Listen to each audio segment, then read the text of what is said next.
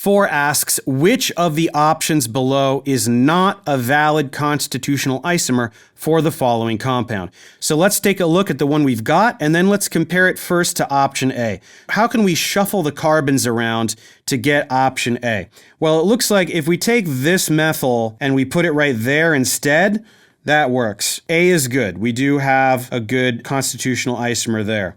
Now let's look at B. Well, what happened here? What if we take this methyl group and we push it all the way to the edge of the molecule? So we take away one of the substituents and we put it on the right. That would work. B is valid. Now let's look at C. It looks like potentially we took this one and we moved it here, but then we also gained a carbon at the end there.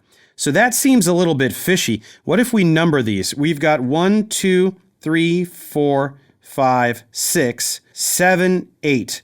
We need 8 carbons, right? Because a constitutional isomer is not going to have more or fewer carbons. We definitely need 8 carbons. So these options A and B, those work. We have 1, 2, 3, 4, 5, 6, 7, 8.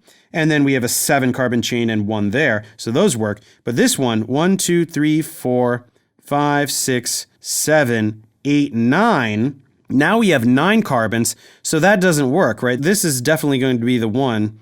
That's it. Let's just look at the last one just to be sure. What could we have done? It looks like we could have taken this methyl on the end and placed it right there. That would be fine. And that is also 1, 2, 3, 4, 5, 6, 7, 8 carbons. So there's a lot of things we can do. We started out with a 6 carbon chain, 1, 2, 3, 4, 5, 6.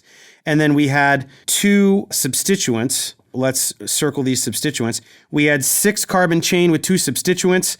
Over here, option A, 6 carbon chain, 2 substituents in different places. B was a 7 carbon chain with 1 substituent. D was a 5 carbon chain with 3 substituents. So those all work and you get 8 carbons. But option C did not work because we added a carbon. We now have 9 carbons. So that cannot be a valid constitutional isomer because they have to have the same formula. We had to have 8 carbons in there. So that one is option C.